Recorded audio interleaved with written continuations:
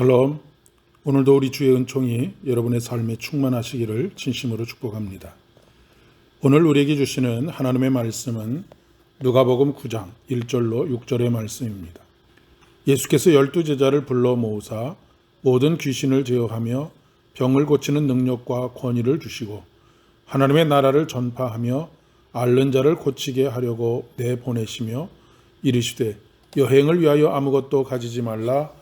지팡이나 배낭이나 양식이나 돈이나 두 벌 옷을 가지지 말며 어느 집에 들어가든지 거기서 머물다가 거기서 떠나라. 누구든지 너희를 영접하지 아니하거든 그 성에서 떠날 때에 너희 발에서 먼지를 떨어버려 그들에게 증거를 삼으라 하시니 제자들이 나가 각 마을에 두루 다니며 곳곳에 복음을 전하며 병을 고치더라. 아멘. 인생을 어떻게 살아가야 할 것인가 라고 하는 질문은 60이 된 지금도 여전히 저 자신에게 던지는 질문입니다. 어떻게 사는 것이 잘 사는 것일까? 우리는 보통 돈이 많은 사람을 잘 사는 사람이라고 하는데 그렇지 않습니다. 그런 사람은 잘 사는 것이 아니라 단지 돈을 많이 가져서 좀 여유 있게 살아가는 것뿐입니다. 잘 사는 사람은 끊임없이 삶의 의미와 가치를 찾고 또 찾는 사람입니다. 삶의 의미와 가치를 찾아가는 사람은 지옥과 같은 환경에서도 결국 소망 중에 살아남습니다. 하지만 삶의 의미와 가치를 잃어버린 사람은 모든 것이 다 갖추어져 있어도 결국 허무에 빠지고 말게 되는 것이죠. 하나님은 우리 인생을 부르시고 또한 보내시는 분이십니다. 우리를 불러 구원하시고 하나님의 자녀가 되게 하십니다. 하지만 거기서 끝나지 않습니다. 하나님은 우리를 보내십니다. 가정과 일터로 보내시고 수많은 관계들 속으로 보내십니다. 보내심을 받은 것은 곧 우리의 본분입니다. 내게 맡겨진 본분이고 내게 맡겨진 사명입니다. 그런데 오늘날 본분을 망각하고 살아가는 그리스도인들이 너무나 많이 있습니다. 모여서 예배하는 것으로 끝나고 삶의 자리로 보내심을 받았다는 사실을 망각하며 삽니다. 그래서 보내신 그곳에서 해야 할 일들을 아무것도 하지 않고 살아갑니다. 어떤 청년이 군 입대를 앞두고 있다고 가정해 보십시오. 청년은 여러 가지 생각을 할 수 있을 것입니다. 쓸데없는 시간을 보내게 됐다고 생각할 수도 있을 것입니다. 하지만 반대로 하나님께서 나를 군대로 파송하신다라고 하는 생각을 가지고 입대할 수도 있습니다. 두 사람이 보낼 그 시간들은 현격한 차이를 가져오게 될 것입니다. 한동안 보내는 선교사라고 하는 말이 회자되던 때가 있었습니다. 그러나 보내는 선교사라는 말은 우리의 본분을 망각하는 것입니다. 선교사를 선교지나 오지로만 보내는 것이라고 생각하기 때문에 그렇습니다.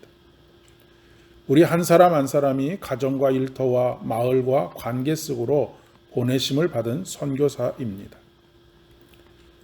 매주일 하나님께서는 우리를 불러 모으시고 예배 가운데 은혜를 더 깊이 경험하게 하시고 세상 한가운데로 보내십니다. 오늘 말씀에서도 예수님께서는 12제자를 불러 모으십니다.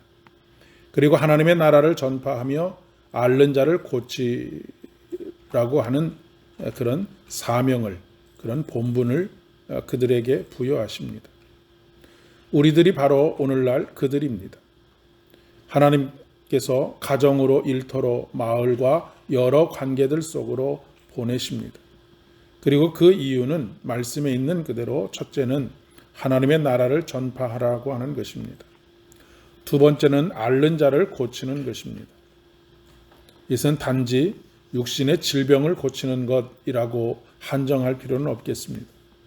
수많은 상처와 아픔과 고통 속에 살아가는, 그리고 삶의 무의미에 떨어져 살아가는 현대인들을 위로하고 격려하며 치유와 회복을 위해서 일하라고 하는 것입니다.